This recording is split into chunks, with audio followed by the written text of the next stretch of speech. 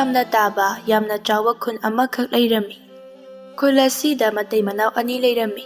ꯅꯨꯄꯤ ꯑꯗꯨꯒꯤ ꯃꯃꯤꯡꯅ ꯀꯕꯣꯛꯂꯩ ꯍꯥꯏꯅ ꯀꯧꯔꯝꯃꯤ, ꯑꯗꯨꯒ ꯅꯨꯄꯥ ꯑꯗꯨꯒꯤ ꯃꯃꯤꯡꯅ ꯊꯣꯏꯕ ꯍꯥꯏꯅ ꯀꯧꯔꯝꯃꯤ. ꯃꯈꯣꯏ ꯑꯅꯤꯒꯤ ꯃꯇꯣꯝꯇ ꯄꯣꯛꯆꯕ ꯃꯆꯥꯅꯨꯄꯥ ꯄꯥꯔꯤ ꯀꯧꯕ ꯑꯃꯁꯨ ꯂꯩꯔꯝꯃꯤ. ꯃꯈꯣꯏꯒꯤ ꯏꯃꯨꯡ ꯑꯁꯤ ꯌꯥꯝꯅ ꯅꯨꯡꯉꯥꯏꯕ ꯍꯥꯏꯕꯗꯨꯁꯨ ꯑꯣꯏꯗꯦ, ꯑꯗꯨꯒ ꯌꯥꯝꯅ ꯋꯥꯕ ꯍꯥꯏꯕꯗꯨꯁꯨ ꯑꯣꯏꯗꯦ. ꯃꯇꯝꯒꯤ ꯃꯇꯨꯡ ꯏꯟꯅ ꯀꯕꯣꯛꯂꯩꯒꯤ ꯃꯆꯥꯅꯨꯄꯥ ꯄꯥꯔꯤ ꯄꯥꯈꯪ ꯐꯥꯔꯛꯂꯝꯃꯤ. ꯊꯕꯛ ꯁꯨꯗꯨꯅ ꯃꯈꯨꯠꯇ ꯁꯦꯜꯁꯨ ꯊꯣꯛꯂꯝꯃꯤ. ꯃꯔꯝ ꯑꯁꯤꯅ ꯃꯥꯕꯨ ꯅꯨꯄꯤ ꯊꯤꯅꯕ ꯍꯥꯏꯅ ꯃꯃꯥꯅ ꯇꯛꯂꯝꯃꯤ. ꯑꯗꯨꯕꯨ ꯄꯥꯔꯤ ꯅꯨꯄꯤ ꯊꯤꯈꯤꯔꯣꯏ ꯍꯥꯏꯗꯨꯅ ꯊꯤꯌꯨ ꯌꯥꯔꯝꯗꯦ. ꯑꯗꯨꯕꯨ ꯀꯕꯣꯛꯂꯩ ꯃꯍꯥꯛꯅꯁꯨ ꯑꯍꯜ ꯁꯨꯝ ꯑꯣꯏꯁꯤꯜꯂꯛꯄꯅ ꯃꯍꯥꯛꯀꯤ ꯃꯆꯥꯅꯨꯄꯥꯕꯨ ꯅꯨꯄꯤ ꯊꯤꯍꯟꯕ ꯄꯥꯝꯕꯅ ꯃꯆꯥꯅꯨꯄꯥꯒꯤꯗꯃꯛ ꯃꯍꯥꯛꯅ ꯅꯨꯄꯤ ꯑꯃ ꯍꯥꯏꯅꯔꯝꯃꯤ. ꯀꯕꯣꯛꯂꯩ ꯁꯨꯃꯥꯡ ꯑꯗꯨꯗ ꯆꯦꯡ ꯈꯞꯇꯨꯅ ꯂꯩꯔꯤ. ꯃꯥꯒꯤ ꯅꯨꯄꯥ ꯊꯣꯏꯕꯅ ꯑꯁꯨꯝꯅ ꯍꯥꯏꯔꯛꯏ, "ꯃꯃꯥ, ꯅꯪꯅ ꯅꯆꯥꯅꯨꯄꯥꯒꯤ ꯅꯨꯄꯤ ꯍꯥꯏꯅꯩ ꯍꯥꯏꯔꯤꯕꯗꯨꯕꯨ ꯅꯆꯥꯅꯨꯄꯥꯅꯕꯨ ꯈꯪꯂꯕꯣ? ꯃꯥꯅ ꯅꯣꯡꯉꯥꯟꯕꯒ ꯊꯕꯛ ꯆꯠꯄꯁꯤꯗ ꯍꯥꯏꯕꯒꯤ ꯃꯇꯝꯒ ꯁꯪꯗ꯭ꯔꯗꯨꯅ ꯂꯩꯔꯤ. ꯅꯆꯥꯅꯨꯄꯥꯅ ꯇꯥꯔꯕꯗꯤ ꯁꯣꯏꯗꯅ ꯁꯥꯎꯕ ꯇꯥꯔꯦꯅꯦꯍꯦ." "ꯍꯦꯔꯥ, ꯃꯈꯣꯏ ꯕꯕꯥ, ꯀꯔꯤꯒꯤ ꯁꯥꯎꯗꯣꯏꯅꯣ? ꯑꯩꯅ ꯃꯥꯒꯤꯗꯃꯛ ꯍꯥꯏꯅꯔꯤꯕ ꯅꯨꯄꯤ ꯃꯆꯥꯗꯣ ꯃꯁꯛ ꯃꯇꯧꯒ ꯌꯥꯝꯅ ꯐꯖꯈ꯭ꯔꯕꯖꯥꯠꯅꯤ, ꯄꯩꯁꯥꯁꯨ ꯄꯥꯏꯈ꯭ꯔꯕ. ꯅꯨꯄꯤꯗꯨꯒꯤ ꯃꯄꯥꯗꯣ ꯂꯧ ꯌꯥꯝ ꯆꯥꯔꯤꯕ, ꯃꯕꯨꯡ ꯇꯔꯦꯠꯀꯤ ꯃꯅꯨꯡꯗ ꯃꯇꯣꯝꯇ ꯌꯥꯎꯖꯕꯤꯅꯤ. ꯃꯕꯨꯡꯁꯤꯡ ꯑꯗꯨꯅ ꯌꯥꯝꯅ ꯀꯦꯅ ꯌꯣꯛꯆꯈ꯭ꯔꯕꯖꯥꯠꯅꯤ. ꯆꯨꯡ ꯐꯤꯔꯥꯟ ꯆꯥꯅ ꯀꯌꯥꯗꯤ ꯅꯤꯡꯊꯤꯖꯔꯦ. ꯃꯍꯥꯛꯅ ꯑꯩꯒꯤ ꯏꯃꯧꯒ ꯑꯣꯏꯔꯕꯗꯤ ꯋꯥꯊꯤ ꯉꯥꯡꯕꯤ ꯂꯩꯀꯥꯏꯒꯤ ꯅꯨꯄꯤ ꯃꯌꯥꯝ ꯑꯁꯤꯗ ꯑꯃꯨꯛꯇ ꯂꯦꯟꯅꯒꯦ ꯈꯜꯂꯤꯕꯅꯤ. ꯃꯁꯛ ꯃꯇꯧ ꯐꯖꯔꯒ ꯍꯌꯦꯡꯋꯥꯏ ꯃꯃꯥ ꯃꯄꯥ ꯑꯣꯏꯕ ꯑꯩꯈꯣꯏꯕꯨ ꯁꯦꯕꯥ ꯇꯧꯅꯤꯡꯗ꯭ꯔꯕꯗꯤ ꯀꯝꯗꯧꯕ? ꯃꯗꯨꯒꯨꯝꯕ ꯅꯨꯄꯤꯗꯤ ꯏꯃꯧ ꯑꯣꯏꯕꯩꯗꯤ ꯄꯥꯝꯗꯦ." "ꯀꯩꯅꯣꯗ ꯃꯈꯣꯏ ꯕꯕꯥ, ꯀꯕꯣꯛꯂꯩ ꯑꯩꯅ ꯈꯟꯕ ꯅꯨꯄꯤꯕꯨ ꯐꯠꯇꯦ ꯍꯥꯏꯕ꯭ꯔꯣ? ꯂꯩꯀꯥꯏ ꯃꯤꯌꯥꯝ ꯑꯁꯤꯅꯅꯦ ꯀꯂꯛꯅ ꯁꯣꯟꯅꯔꯤꯕꯅꯤ. ꯀꯕꯣꯛꯂꯩꯒꯤ ꯃꯃꯧ ꯅꯨꯄꯤꯗꯣ ꯐꯈ꯭ꯔꯦ, ꯃꯥꯒꯤ ꯃꯈꯨꯠꯃꯛꯅ ꯊꯤꯖꯕꯅꯤ. ꯃꯧ ꯊꯤꯕ ꯍꯩꯔꯦ ꯍꯥꯏꯅ ꯍꯥꯏꯅꯒꯗꯧꯔꯤꯕꯅꯤꯅꯦ." "ꯅꯪꯒꯤ ꯊꯣꯛꯄ ꯅꯇꯣꯝꯇ ꯄꯪꯊꯥꯗ ꯊꯥꯒꯠꯂꯣ.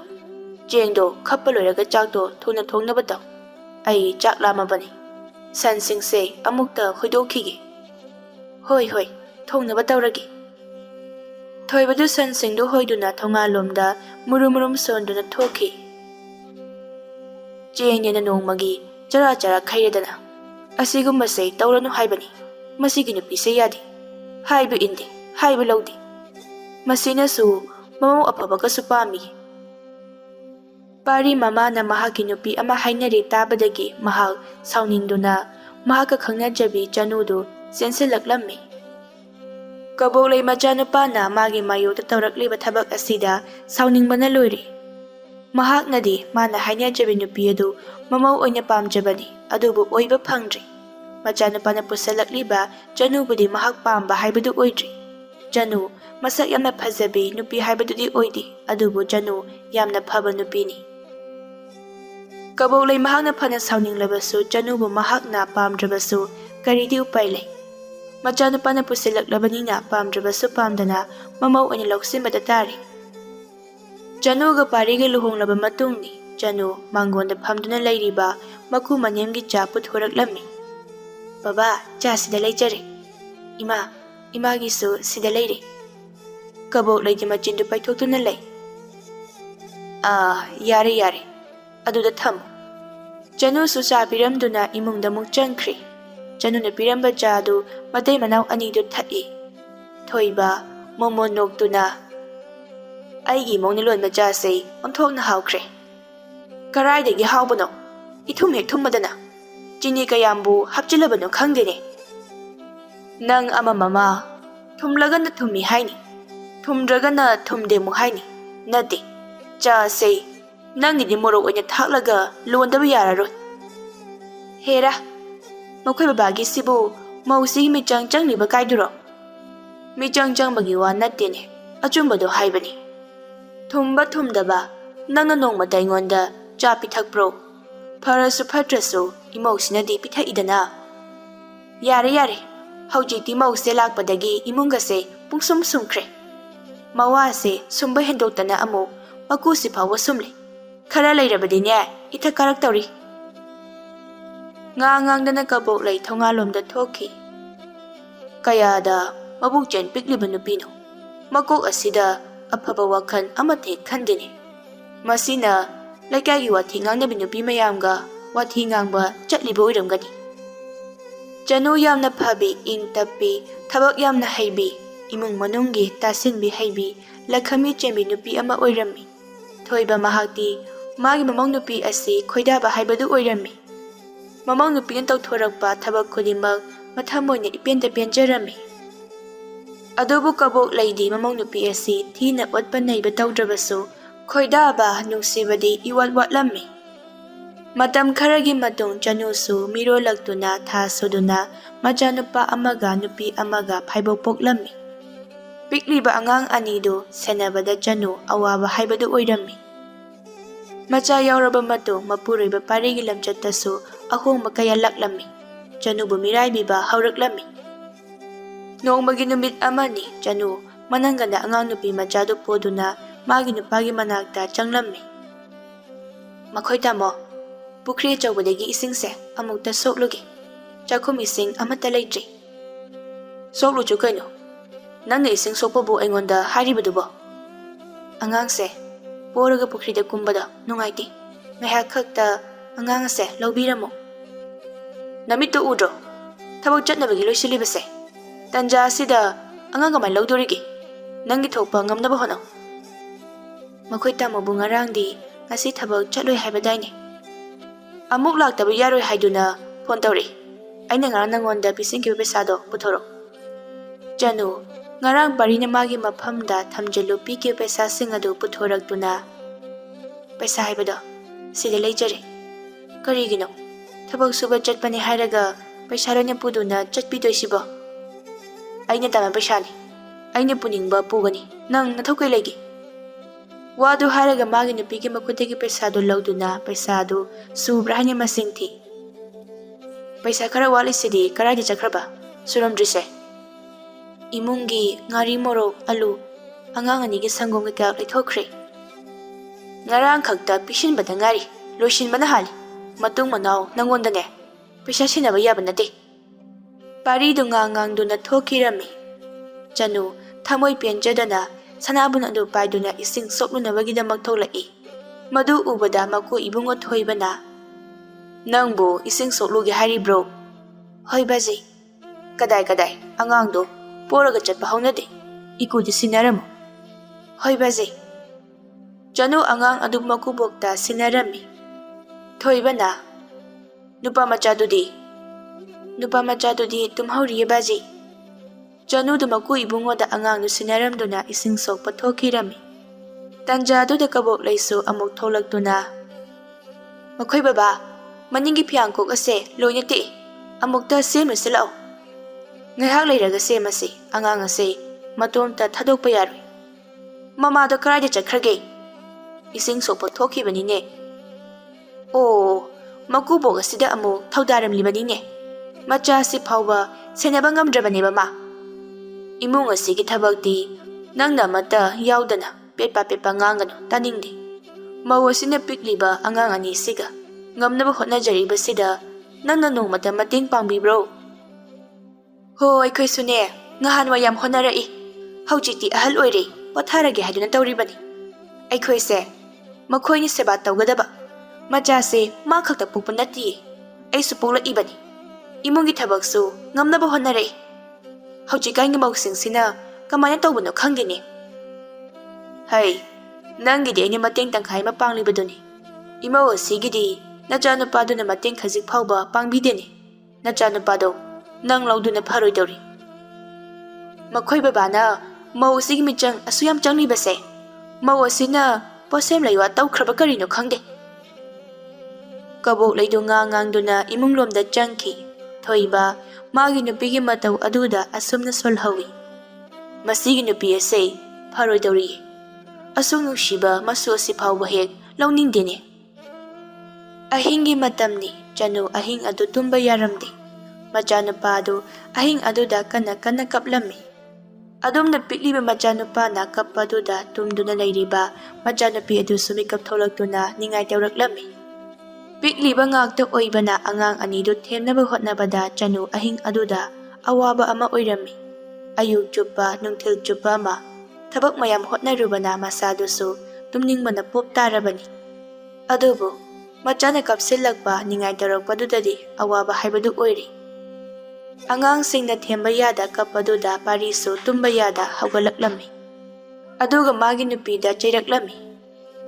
"ꯀꯩꯅꯣ Chanu, ꯑꯍꯤꯡ ꯑꯁꯤꯗ ꯑꯉꯥꯡ ꯑꯗꯨꯕꯨ ꯑꯁꯨꯛ ꯌꯥꯝ ꯀꯞꯍꯜꯂꯤꯕꯁꯤꯕꯣ?" "ꯑꯩꯁꯨ ꯈꯪꯗꯦ. ꯃꯈꯣꯏ ꯇꯥꯃꯣ ꯅꯍꯥꯟꯈꯩꯒ ꯃꯥꯟꯅꯗꯦ.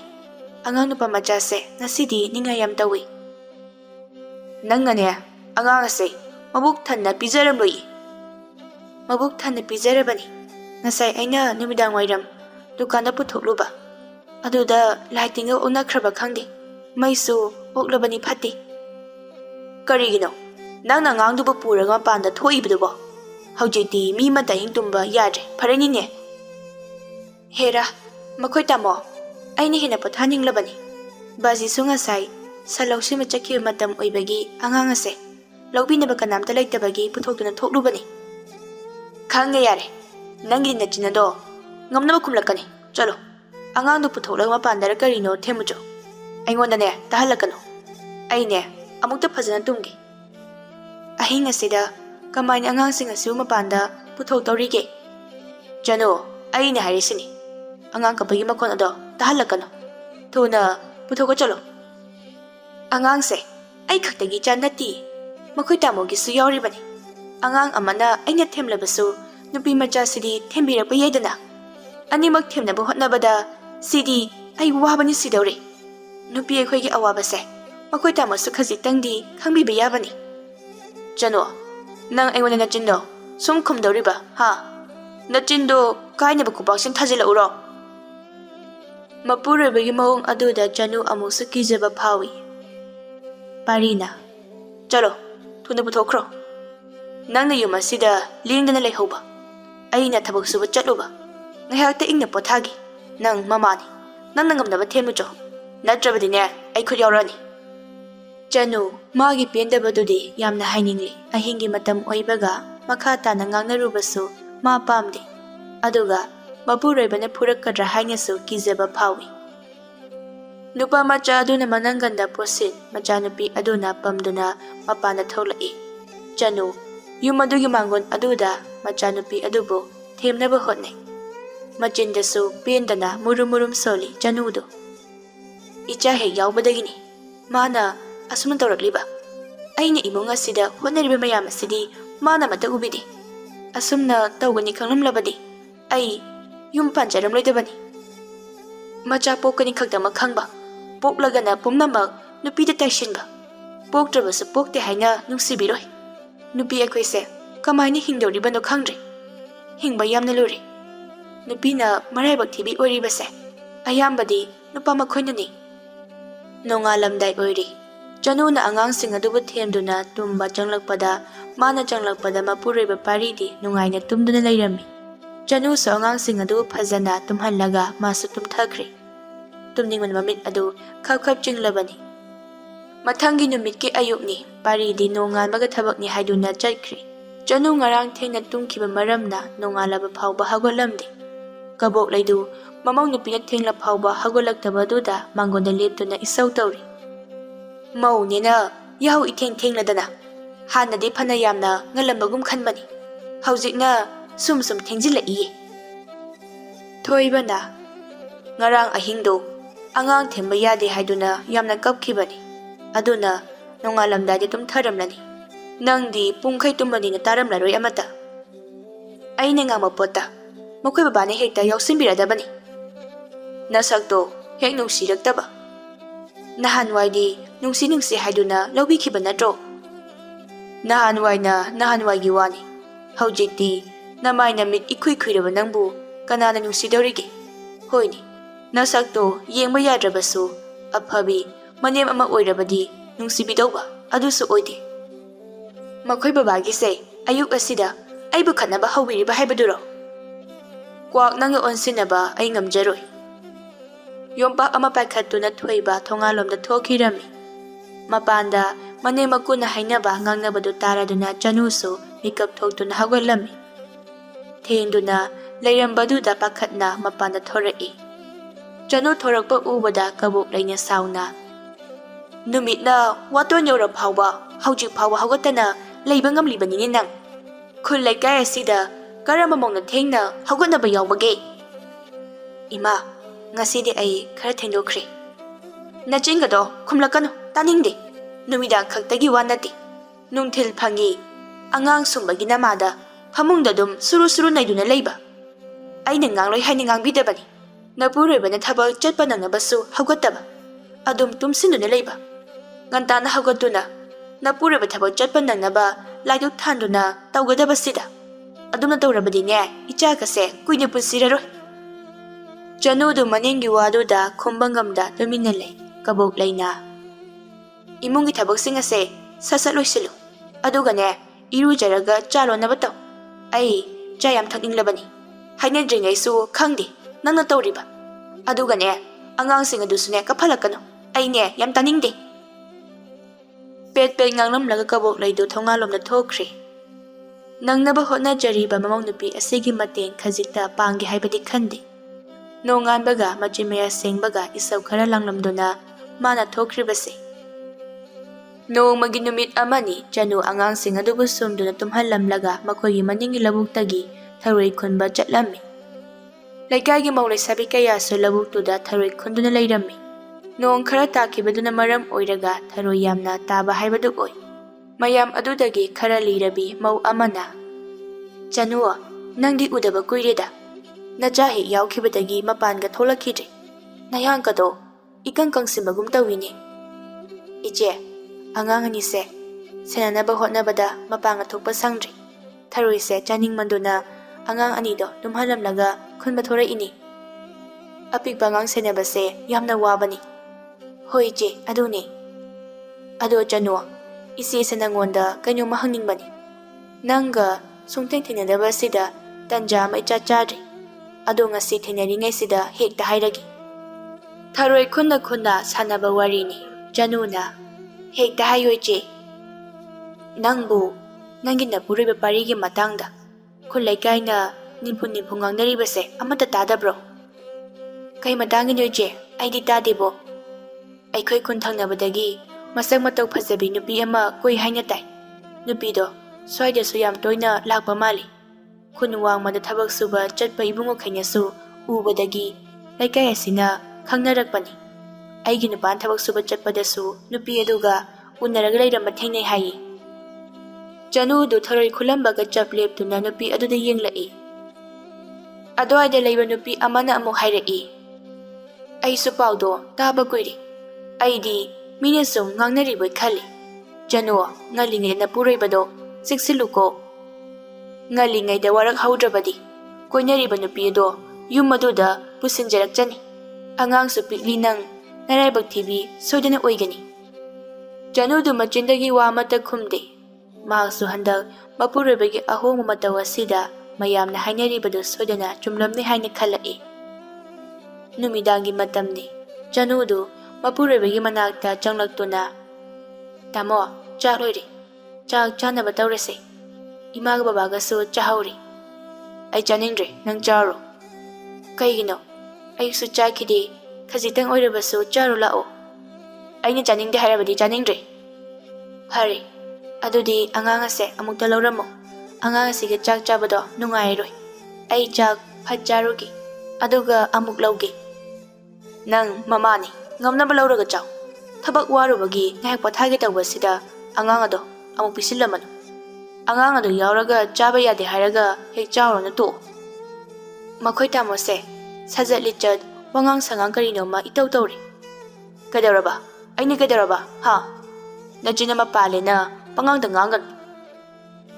"ꯑꯩꯁꯨ ꯏꯅꯥ ꯄꯥꯜꯂꯤ. ꯂꯩꯀꯥꯏ ꯈꯨꯜ ꯑꯁꯤꯅ ꯍꯥꯏꯅꯔꯤꯕ ꯃꯌꯥꯝ ꯑꯁꯦ ꯑꯩ ꯂꯣꯏꯅ ꯇꯥꯏꯌꯦ. ꯅꯨꯄꯤ ꯊꯤꯔꯕ ꯇꯥꯃꯣꯅ ꯇꯧꯔꯤꯕꯗꯣ ꯌꯥꯝꯅ ꯂꯥꯜꯂꯤ." "ꯂꯩꯀꯥꯏꯅ ꯀꯔꯤ ꯍꯥꯏꯅꯔꯤꯕ? ꯍꯥ? ꯀꯔꯤ ꯍꯥꯏꯅꯔꯒꯦ?" "ꯂꯩꯀꯥꯏ ꯈꯨꯟꯅ ꯇꯥꯃꯣ ꯑꯁꯦ ꯊꯪꯅꯕ ꯈꯨꯟꯗꯒꯤ ꯅꯨꯄꯤ ꯑꯃ ꯀꯣꯏ ꯍꯥꯏꯕꯁꯦ ꯑꯩꯉꯣꯟꯗ ꯄꯥꯎ ꯌꯧꯔꯛꯂꯕꯅꯤ. ꯍꯨꯔꯥꯜꯂꯒ ꯇꯧꯕ ꯊꯕꯛꯄꯨ ꯀꯌꯥꯝ ꯀꯨꯏꯅ ꯂꯣꯠꯄ ꯉꯝꯒꯗꯧꯔꯤꯕꯅꯣ? ꯅꯆꯥ ꯌꯥꯎꯔꯕ ꯇꯥꯃꯣꯅ ꯑꯗꯨꯝꯅ ꯇꯧꯕꯗꯣ ꯇꯧꯍꯟꯅꯤꯡꯗꯦ." ꯄꯥꯔꯤ ꯁꯥꯎꯅ ꯃꯥꯒꯤ ꯅꯨꯄꯤꯗ ꯈꯨꯄꯥꯛꯅ ꯊꯥꯗꯨꯅ "ꯅꯪꯅ ꯀꯔꯤ ꯈꯪꯉꯤ? ꯍꯥ? Laikai miwa lawusa sai. Nang ni yumda layu. Yumda layu hairaga thok-thokdana wathi ngangnana leirabore. Chanu du mabungni nungsina mamittagi mapi taraklammi. Yeningdene kapsinagano. Chalo thuna thokro. Nasakto mitmang asida kuina utlano. Ai nupi koi habase nang namitmang na urabra ha. Laikai wa punglaw lawusa sai. Machaga mamawgana khon kanna lawnabadu ubada kabok laidu makhoi anigi manakta changlaktuna. Karino numidang asida bilaw lawnaribadubo. Chak se ngahakta nina tana chagi tawbase phangdi. Imagi bungo kaidawre. Nakhoni lawnaribadubo. Numidang asida mina taraga phajadine. Pari sauna. Khangdi ma masigi nupi se pangangda ngangi. Ngahakta pothagi tawbasida angang lawga khologa. Aini ngai potharaga leiba uba yade masigi nupi se. Kabok lei Chanu de onsinduna. Karino nangi tawbam thokpa tawraga leigidi haidi. Napuribagi manangta changsinduna suru neiraga leiribadubo. Nangnane adumna tawraga nupa se kamani pothadawrige ha. Nangna yumasida lehoba. Napuribasina lam thoklaga thabak suruba. Nangna asumna khokho kamne saulang silabadi imunga se mahilang mataba. Kari nupino nangbo. Angang do lawraga chak chabaga ngamjadrabanine. Mapuroiba otkadaba nupini nang. Chanu do wai amata khumlamda kadudagi thoki kabok lei sauna. Mase tawri singune. Pharoi dawriye yamna tandawri. Kabok lei macha nupada onsinduna. Imagi bungo pothanaba tawro. Mathangane pepe ngangladine imada hairo. Ima pepe ngangliba machilase thugaigi. Hoima. Macha nupabu kangkhatpa kabok leini. Mathangi numitni Chanu sumangwai situna leiriba makubogi manakta sangsinduna. Bazi, namo kanomta haijage ba? Kaidawre. Kari hainingina nangbo. Nacha nupase. Laikai na nupi koi haina chibon haine. Ha, aikoi paribo. Ngasidi chap chaba khangluragi. Magi matung inaduna. Aduga angang anise. Bazina muta yengsinbiramo. Namo thuna lakjagi. Hoi. Imong na tawribado iku yai. Ado chatke harabasu chaktudi thonglamo. Natrabadi namana mung saulangani. Ai magi saudo taningdi. Hoi bazi. Numit asidi Chanu mapuroiba pariyan thabak chatpada tuminna matung inarami. Mapuroiba amana nupi leina atopa nupi ama larokpa matamda phangliba chaina asidi nupi khaktana khangani. Karamba nupi oibina mapuroibana nupi atopa koikiba matamda nungaigani. Chanu mapuroibagi pau hek tabaga ahing chupa tumba yadrabani.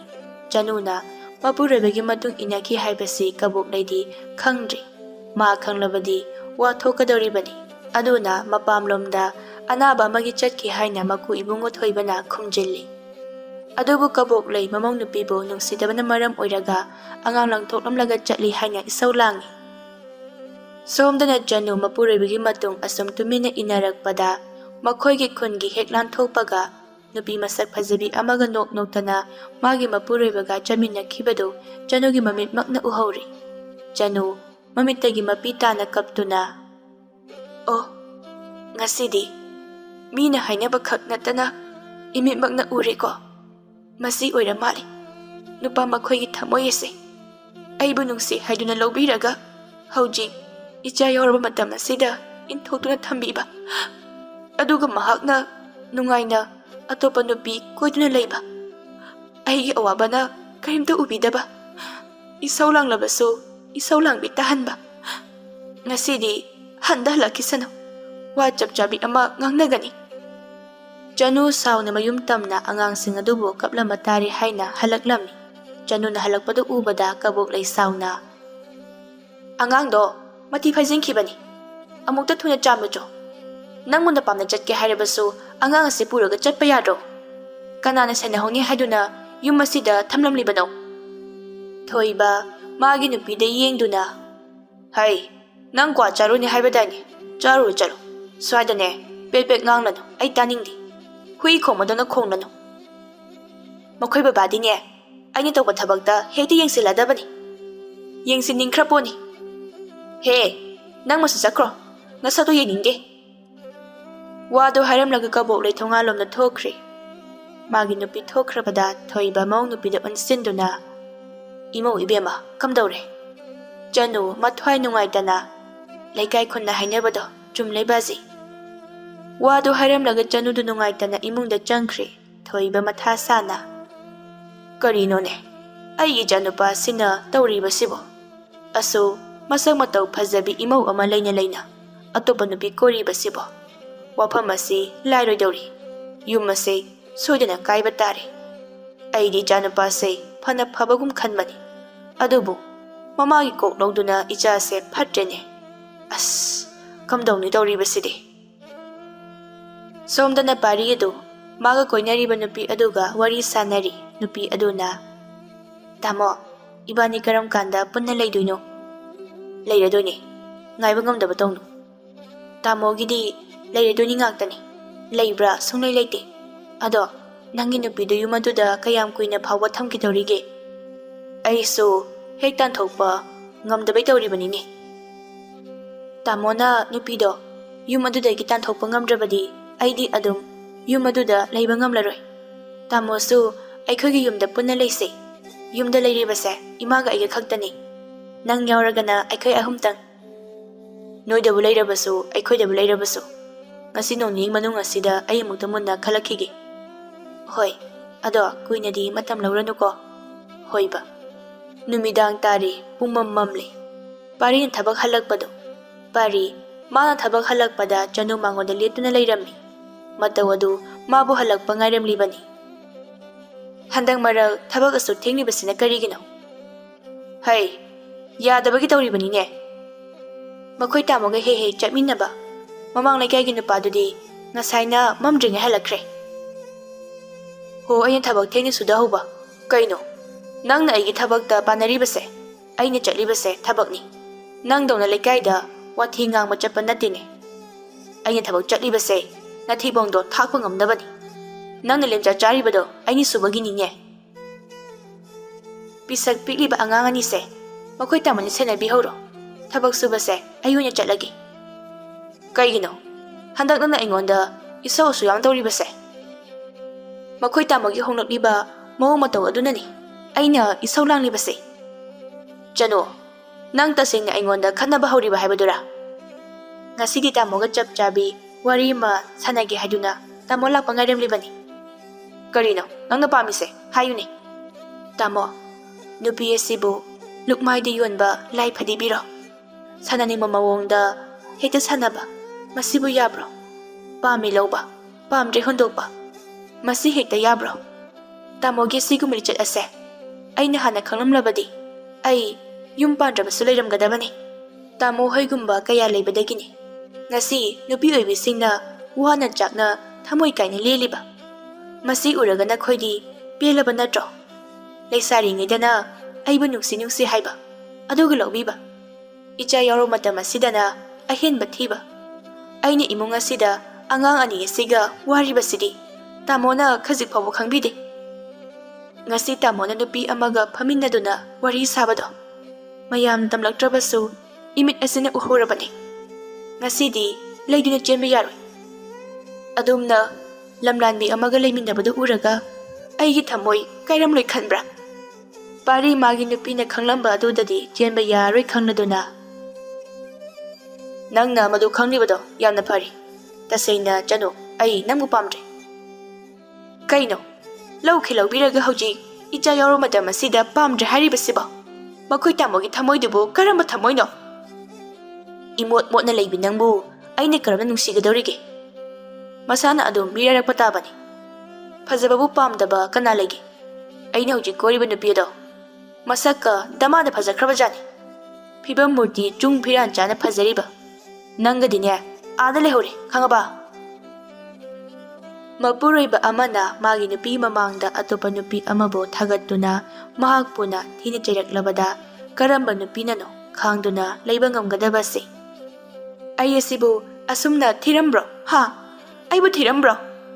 ꯃꯇꯝ ꯑꯃꯗ ꯂꯩꯀꯥꯏ ꯑꯗꯨꯗ ꯐꯖꯕꯗ ꯃꯃꯤꯡ ꯆꯠꯂꯝꯂꯤꯕꯅꯤ꯫ ꯃꯈꯣꯏ ꯇꯥꯃꯣꯗꯤ ꯑꯩꯕꯨ ꯅꯨꯡꯁꯤꯕ ꯑꯣꯏꯔꯝꯗ꯭ꯔꯦꯗꯅ꯫ ꯑꯩꯒꯤ ꯐꯖꯕꯁꯤꯗ ꯌꯦꯡꯂꯒ ꯂꯧꯕ ꯑꯣꯏꯔꯝꯂꯦ꯫ ꯃꯧ ꯑꯃꯅꯦ ꯍꯥꯏꯗꯨꯅ ꯌꯨꯝ ꯑꯁꯤꯒꯤ ꯉꯝꯅꯕ ꯍꯣꯠꯅꯕ, ꯄꯤꯁꯛ ꯄꯤꯛꯂꯤꯕ ꯑꯉꯥꯡ ꯑꯅꯤꯁꯤꯒꯤ ꯍꯣꯠꯅꯕꯗ ꯑꯩ ꯅꯥꯟꯕ ꯁꯪꯗꯕꯅꯤ꯫ ꯃꯈꯣꯏ ꯇꯥꯃꯣꯅꯗꯤ ꯅꯣꯡꯃꯇ ꯃꯇꯦꯡ ꯄꯥꯡꯕꯤꯕꯁꯨ ꯅꯠꯇꯦ꯫ ꯑꯉꯥꯡ ꯑꯁꯤꯁꯨ ꯀꯅꯥꯒꯤꯗꯃꯛ ꯄꯣꯛꯂꯤꯕꯅꯣ? ꯑꯉꯥꯡ ꯄꯣꯛꯇ꯭ꯔꯦ, ꯃꯆꯥ ꯄꯣꯛꯇꯕꯤꯅꯤ ꯍꯥꯏꯅ ꯆꯩꯅꯥ ꯀꯌꯥ ꯄꯤꯕꯤꯒꯅꯤ? ꯃꯆꯥ ꯄꯣꯛꯂꯦ, ꯊꯤꯔꯦ ꯃꯣꯠꯂꯦ ꯍꯥꯏꯗꯨꯅ ꯑꯇꯣꯞꯄ ꯅꯨꯄꯤ ꯌꯦꯡꯕ, ꯃꯁꯤꯕꯨ ꯀꯔꯝꯕ ꯆꯠꯅꯕꯤꯅꯣ? ꯄꯨꯝꯅꯃꯛ ꯑꯣꯏꯔꯕꯁꯨ ꯑꯩꯅ ꯄꯥꯝꯗ꯭ꯔꯗꯤ ꯄꯥꯝꯗ꯭ꯔꯦ꯫ ꯌꯥꯝꯅ ꯉꯥꯡꯗꯣꯏ ꯑꯣꯏꯔꯕꯗꯤꯅꯦ, ꯅꯄꯥꯝꯗ ꯆꯩꯒ ꯆꯠꯈ꯭ꯔꯣ꯫ ꯑꯩꯗꯤ ꯀꯔꯤꯒꯤ ꯏꯄꯥꯝꯗ ꯆꯠꯆꯒꯗꯧꯔꯤꯕ? ꯌꯨꯝ ꯑꯁꯦ ꯑꯩꯒꯤꯁꯨ ꯌꯨꯝꯅꯦ꯫ ꯍꯣ ꯑꯗꯨ ꯑꯣꯏꯕ ꯇꯥꯔꯕꯗꯤ ꯑꯩꯒꯤ ꯂꯝꯕꯤꯗꯅꯦ ꯌꯦꯜꯂꯛꯀꯅꯨ꯫ ꯅꯪꯒꯤ ꯂꯩꯐꯝ ꯊꯣꯛꯄꯅꯦ ꯇꯨꯃꯤꯟꯅ ꯂꯩꯌꯨ꯫ ꯐꯔꯕꯁꯨ ꯐꯠꯇ꯭ꯔꯕꯁꯨ ꯃꯈꯣꯏ ꯇꯥꯃꯣ ꯑꯁꯦ ꯅꯆꯥꯅꯤ ꯂꯩꯔꯕꯅꯤ꯫ ꯑꯩꯕꯨ ꯅꯨꯡꯁꯤꯗ꯭ꯔꯕꯁꯨ ꯅꯆꯥꯅꯤꯁꯦ ꯀꯔꯤꯝꯇ ꯅꯨꯡꯁꯤꯗꯕ꯭ꯔꯣ? ꯃꯆꯥ ꯅꯨꯡꯁꯤꯕꯒ ꯑꯃꯠꯇ ꯈꯪꯗꯕ꯭ꯔꯣ? ꯅꯨꯄꯤ ꯀꯣꯏꯕꯒꯅꯦ ꯏꯆꯥꯒ ꯃꯔꯤ ꯂꯩꯅꯗꯦ꯫ ꯀꯩꯗꯅꯣ ꯂꯩꯅꯗ꯭ꯔꯤꯕꯁꯦ? ꯑꯗꯨꯒ ꯅꯨꯄꯤ ꯑꯗꯨꯅ ꯇꯥꯃꯣ ꯑꯁꯦ ꯅꯨꯄꯤ ꯊꯤꯕ ꯅꯨꯄꯥꯅꯤ ꯈꯪꯂꯛꯂꯕꯗꯤ ꯀꯔꯤ ꯑꯣꯏꯒꯅꯤ? ꯀꯔꯤꯒꯤꯅꯣ ꯃꯈꯣꯏ ꯇꯥꯃꯣ ꯅꯨꯄꯤꯁꯤꯡ ꯑꯁꯤꯕꯨ ꯑꯁꯨꯛ ꯍꯟꯊꯅ ꯌꯦꯡꯕꯤꯔꯤꯕꯁꯤꯕꯣ? ꯅꯨꯄꯤꯁꯤꯡ ꯑꯁꯦ ꯇꯥꯃꯣꯅ ꯁꯥꯟꯅꯅꯤꯡꯕ ꯃꯑꯣꯡꯗ ꯁꯥꯟꯅꯕ ꯌꯥꯅꯤ ꯈꯟꯕ꯭ꯔꯥ? ꯑꯩꯅ ꯈꯪꯅꯔꯤꯕꯗꯣ ꯑꯩ ꯅꯨꯄꯤ ꯊꯤꯔꯦ ꯍꯥꯏꯕ ꯈꯪꯅ ꯈꯪꯅꯔꯤꯕꯅꯤ꯫ ꯃꯗꯨꯒꯤ ꯅꯪꯅ ꯋꯥꯕꯤꯌꯨ ꯍꯥꯏꯗꯦ꯫ ꯏꯃꯥꯏꯄꯦꯝꯃ ꯏꯃꯥꯏꯄꯦꯝꯃ, ꯀꯔꯝꯕ ꯅꯨꯄꯤꯅꯣ ꯑꯗꯨꯕꯣ? ꯅꯨꯄꯤ ꯊꯤꯔꯕ ꯅꯨꯄꯥ ꯑꯁꯦ ꯀꯣꯏꯔꯤꯕꯗꯨꯕꯣ? ꯑꯐꯕ ꯅꯨꯄꯤꯗꯤꯅꯦ ꯑꯣꯏꯔꯝꯃꯔꯣꯏ꯫ ꯂꯝꯆꯠ ꯆꯨꯝꯗꯕꯤ ꯊꯃꯣꯏ ꯄꯥꯟꯗꯕꯤ ꯁꯣꯏꯗꯅ ꯑꯣꯏꯔꯝꯒꯅꯤꯌꯦ꯫ ꯊꯕꯛ ꯍꯜꯂꯛꯄꯒꯤ ꯋꯥꯕꯅꯦ, ꯑꯩ ꯀꯩꯝꯇ ꯇꯥꯅꯤꯡꯗꯦ꯫ ꯋꯥꯗꯣ ꯍꯥꯏꯔꯒ ꯄꯥꯔꯤꯗ ꯊꯧꯁꯥꯗꯅ ꯏꯃꯨꯡꯂꯣꯝꯗ ꯆꯪꯈꯤꯔꯝꯃꯤ꯫ ꯄꯦꯟꯗꯕꯅ ꯐꯨꯟꯒꯠꯂꯛꯂꯕ ꯆꯅꯨ ꯏꯃꯨꯡꯗ ꯆꯪꯗꯦ ꯃꯥꯡꯒꯣꯟꯗꯥꯔꯤ ꯑꯗꯨꯗ ꯄꯦꯟꯅ ꯀꯞꯊꯣꯛꯏ꯫ ꯈꯪꯐꯝ ꯈꯪꯗꯕ ꯃꯩꯆꯥꯛꯅꯤ ꯃꯍꯥꯛꯅ ꯐꯪꯂꯤꯕ꯫ ꯃꯄꯨꯔꯣꯏꯕꯅ ꯃꯤꯔꯥꯏꯕꯤꯔꯕ ꯅꯨꯄꯤ ꯀꯌꯥꯒꯤ ꯊꯃꯣꯏꯅ ꯀꯌꯥꯗ ꯆꯥꯛꯂꯝꯒꯅꯤ꯫ ꯅꯨꯄꯤ ꯑꯩꯈꯣꯏꯒꯤꯗꯤ ꯃꯄꯨꯔꯣꯏꯕ ꯍꯥꯏꯕ ꯑꯁꯤꯅ ꯄꯨꯝꯅꯃꯛꯅꯤ꯫ ꯅꯨꯄꯤꯕꯨ ꯅꯨꯡꯉꯥꯏꯕ ꯅꯨꯡꯉꯥꯏꯍꯟꯗꯕ ꯅꯨꯄꯥꯁꯤꯡꯒꯤ ꯃꯈꯨꯠꯇ ꯂꯣꯏꯅ ꯂꯩ꯫ ꯂꯥꯏꯕꯛ ꯊꯤꯕꯤ ꯃꯤꯌꯥꯝꯒꯤ ꯃꯔꯛꯇ ꯆꯅꯨꯁꯨ ꯑꯃ ꯑꯣꯏꯔꯦ꯫ ꯀꯔꯤ ꯅꯨꯡꯒꯤ ꯌꯨꯝ ꯄꯥꯟꯖꯔꯨꯕꯅꯣ ꯍꯥꯏꯕꯗꯨ ꯌꯧꯔꯦ ꯃꯍꯥꯛ ꯉꯁꯤꯗꯤ꯫ ꯆꯅꯨ ꯃꯊꯃꯣꯏ ꯄ꯭ꯔꯣꯛ ꯄ꯭ꯔꯣꯛ ꯆꯥꯛꯄ ꯍꯥꯏꯕꯗꯨ ꯑꯣꯏꯔꯦ꯫ ꯅꯨꯄꯤꯁꯤꯡ ꯑꯁꯤꯁꯨ ꯈꯔ ꯍꯦꯟꯃꯜꯂꯕꯅꯤ꯫ ꯅꯨꯄꯥꯅ ꯐꯠꯇꯦ ꯈꯪꯂꯕꯁꯨ ꯅꯨꯄꯤ ꯃꯈꯣꯏꯅ ꯒ꯭ꯌꯥꯟ ꯇꯥꯒꯗꯕꯅꯤ꯫ ꯅꯨꯄꯤ ꯃꯁꯦꯟ ꯑꯩꯈꯣꯏ ꯈꯛꯇꯅꯤ ꯋꯥꯒꯗꯕ, ꯅꯨꯄꯥ ꯑꯃꯠꯇꯅ ꯋꯥꯒꯗꯕ ꯅꯠꯇꯦ꯫ ꯅꯨꯄꯤ ꯃꯁꯦꯟ ꯆꯩꯅꯥ ꯄꯤꯅꯔꯒ ꯇꯣꯛꯀꯅꯤ꯫ ꯀꯔꯤꯅꯣ ꯅꯨꯄꯤ ꯅꯈꯣꯏꯅ ꯑꯁꯨꯛ ꯌꯥꯝꯅ ꯐꯠꯇ꯭ꯔꯤꯕꯁꯤꯕꯣ? ꯃꯤꯒꯤ ꯅꯨꯄꯥ ꯂꯩꯔꯕ ꯅꯨꯄꯥꯁꯦ ꯀꯣꯏꯗ꯭ꯔꯕꯗꯤ ꯌꯥꯗ꯭ꯔꯕꯣ? ꯆꯅꯨꯅ ꯑꯗꯨꯝꯅ ꯂꯩꯔꯤꯉꯩ ꯃꯅꯦꯝꯄꯣꯛ ꯀꯕꯣꯛꯂꯩꯗꯨ ꯏꯃꯨꯡꯗꯒꯤ ꯊꯣꯔꯛꯂꯝꯃꯤ꯫ ꯍꯥꯏ, ꯀꯔꯤꯅꯣ? ꯆꯥꯛ ꯊꯣꯡꯒꯦꯗꯤ ꯍꯥꯏꯗ꯭ꯔꯗꯨꯅ ꯗꯥꯏꯔꯤꯗꯨꯗ ꯐꯝꯂꯒ ꯂꯩꯔꯤꯕꯗꯨꯕꯣ?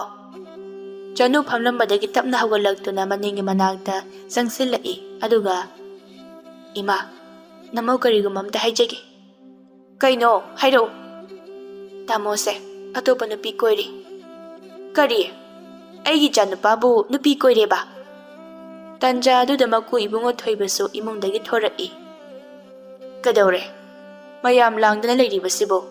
ꯅꯨꯃꯤꯠ ꯇꯥꯁꯤꯜꯂꯛꯄꯗ ꯂꯥꯡꯒꯅꯨ, ꯂꯛꯈꯤꯃꯤ ꯆꯪꯗꯕꯅꯤꯅꯦ꯫ ꯍꯣ, ꯅꯃꯧ ꯅꯨꯄꯤ ꯑꯁꯤꯅ ꯏꯆꯥꯅꯨꯄꯥꯗꯣ ꯑꯇꯣꯞꯄ ꯅꯨꯄꯤ ꯀꯣꯏꯔꯦꯌꯦ꯫ ꯏꯕꯦꯝꯃ, ꯏꯆꯥꯕꯨ ꯐꯠꯇꯕ ꯇꯥꯍꯟꯅꯕ ꯁꯤꯟꯒꯅꯨ꯫ ꯏꯃꯥ, ꯇꯥꯃꯣꯕꯨ ꯑꯩꯅ ꯐꯠꯇꯕ ꯇꯥꯍꯟꯅꯕ ꯁꯤꯟꯕ ꯅꯠꯇꯤꯌꯦ꯫ ꯇꯥꯃꯣ ꯅꯨꯄꯤ ꯀꯣꯏ ꯍꯥꯏꯕꯁꯦ ꯑꯩ ꯏꯃꯤꯠꯃꯛꯅ ꯎꯍꯧꯔꯕꯅꯤ꯫ ꯑꯩꯅ ꯍꯥꯏꯕꯗꯤ ꯇꯥꯃꯣꯁꯦ ꯂꯧꯗ꯭ꯔꯦ꯫ ꯏꯃꯥꯒ ꯕꯕꯥꯒꯅ ꯈꯔ ꯉꯥꯡꯕꯤꯌꯣ꯫ ꯅꯃꯧ ꯅꯨꯄꯤꯅ ꯍꯥꯏꯔꯤꯕꯁꯦ ꯑꯁꯦꯡꯕꯅꯤ꯫ ꯂꯩꯀꯥꯏꯅ ꯅꯤꯝꯐꯨ ꯉꯥꯡꯅꯔꯤꯕꯁꯦ ꯑꯩ ꯇꯥꯕ ꯀꯨꯏꯔꯕꯅꯤ꯫ ꯏꯃꯤꯠꯅ ꯏꯈꯣꯡꯅ ꯎꯗ꯭ꯔꯤ ꯍꯥꯏꯗꯨꯅ ꯇꯨꯃꯤꯟꯅ ꯂꯩꯕꯅꯤ꯫ ꯀꯕꯣꯛꯂꯩ ꯊꯧꯋꯥ ꯁꯥꯗꯅ, ꯅꯨꯄꯤ ꯀꯣꯏꯔꯒ ꯀꯩꯗꯧꯔꯒꯦ?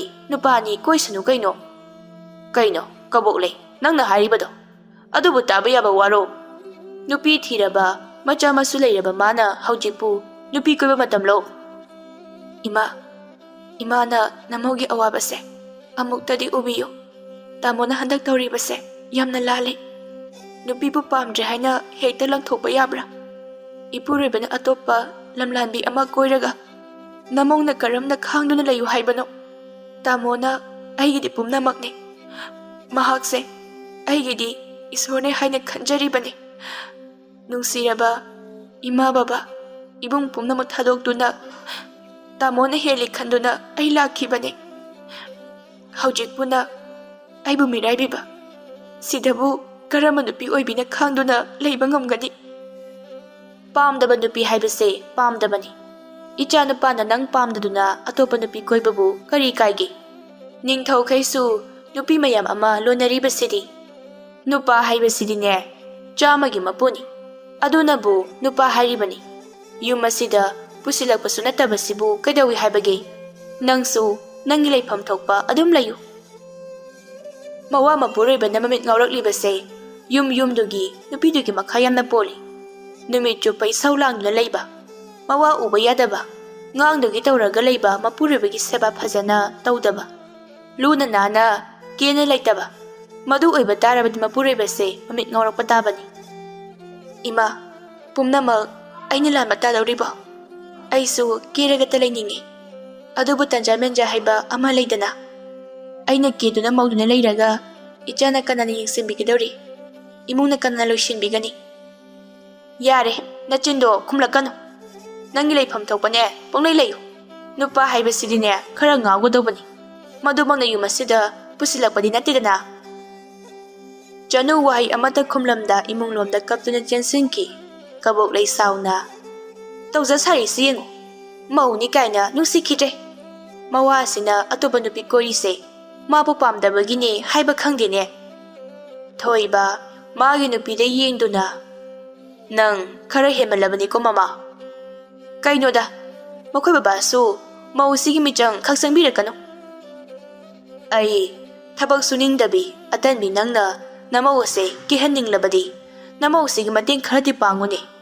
Nonga madagi numitaba phawba sangdrabi namawni. Angang apikpa ni asiga kayada waramgani. Angang ama senaba phawba karaino hainaraba kansida. Masida nangi pakhon maya amasu maw asida letrin changmagi ising phawba namaw asida sohali. Nungaidawri imung ase namana chana pandana. Nongmagi ayuktani. Chanuga parigadu yamna khanarami. Chanuna. Tamodi nongmagi sum henjiline. Tamona ese kaini haine khange. Yumasida angang ani siga aibu namsinun thambiraga. Tamona topa nupi koiraga sumlai thokpa. Pari sauna. Mado nang yam hainadrabadi nayumda chakro haridana. Karigi kai khangdibe magum lairibano. Asumna tawdaba oirabadi aibu karigi lawbiribano. Asumna nungsira oi pama oi haibadi aisu matamaduda khangdaba. Aibu ichasu pohanbiba. Aduga thizali pamdresu haibiba. Aigi thamoy chaklibase tamona kari mata khangdribase karigino. Tamo nangbu nungsibagi natro. Aini yuma sida lakhibase. Nupani ngami matagum kusirasi tawbadi yarui. Nangi sause ai taba ngamdri. Nungtigi tabadane ai yam wari. Tamona pharamlabadi aini saulanglibase langkhidro. Chanu ai nanga laiminaba pamdi. Nang chakro kadawge ai yam wari. Ima, hoi ma. Masigi nupi se yumsidege amukta tanthokho. Kabok laydu tholaktuna. Kari dawre imagi bungo. Ima, masigi nupi se yumsidege tanthokho. Magi sause ai taba ngamdri. Mada mapamda charhankhraga pharadabani. Hai, aina nangbu isawlangano haiba natro. Nangna adumna tawraga nangi nupa sin thabak chathokpada kamaina mangon oidorige. Chanudu ngasidi pendaba sawbana manengi chinthakta sauna khumlai. Imasu nupine namawgi awabase khangmibam thokpani. Masida aina lalibase karino. Nacha nupag lichat asidi nongmada ngangde. Kangkhaduna thammi. Imana yabagini nacha nupana tawribase. Haima machinggase khumine hei. Mauhing chabi nangta nasamphuraga yumasidi kitangi.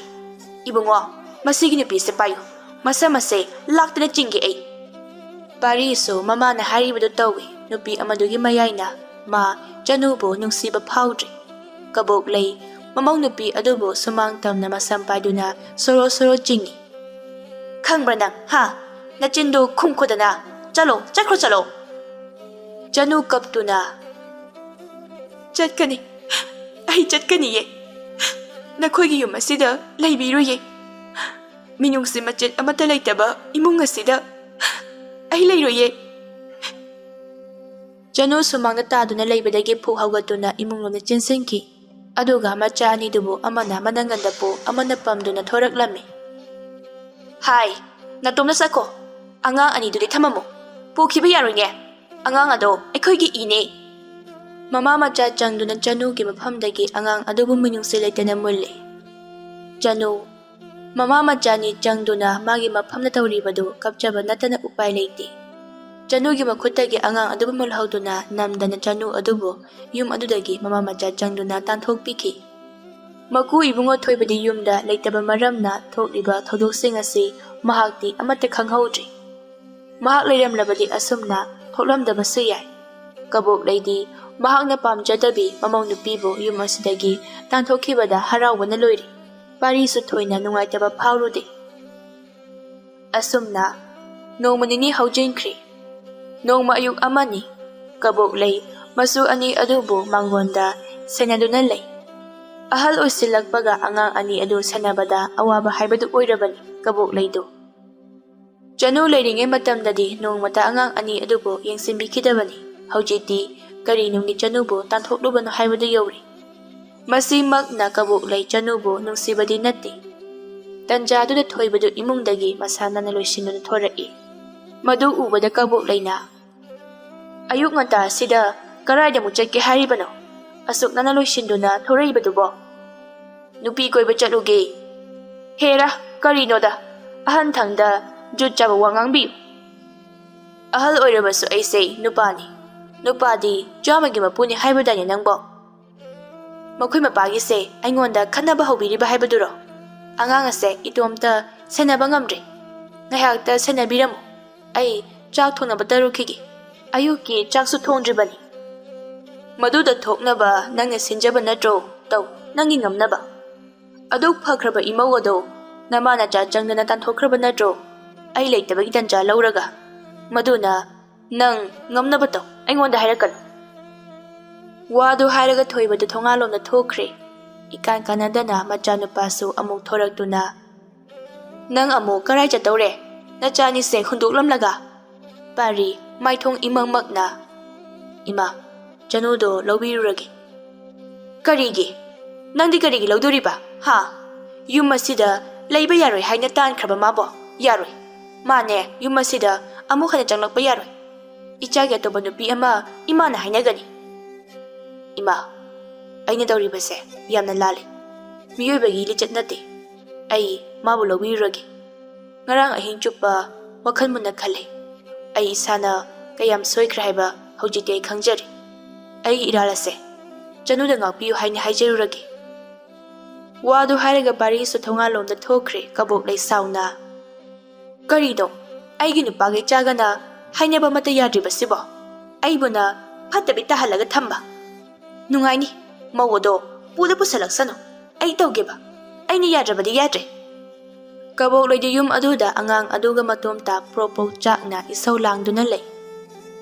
Mamli tawrakpa yachanglapa matamni pari Chanubu puduna mayumda halakli. Madu ubada kabok lei mahakti saubana may hauri. Aina ne masigi nupi ase yumsida purakpa yaroi haba natro ha chalo. Thuna ne mayumda thilucho. Ai ne masak asi yengingde ne. Ima Chanugi marala sibu karino. Lalibase aikhoini. Imagi bungo karino. Nangna ngasi tawribasibo ha ichabu kaidawragi. Masigi nupi asina semjinkraba jala. Mahaki maran haibune manem aingonda onkhatuna machin khumlibadi. Mawa mapuroibada onsinduna isau langliba.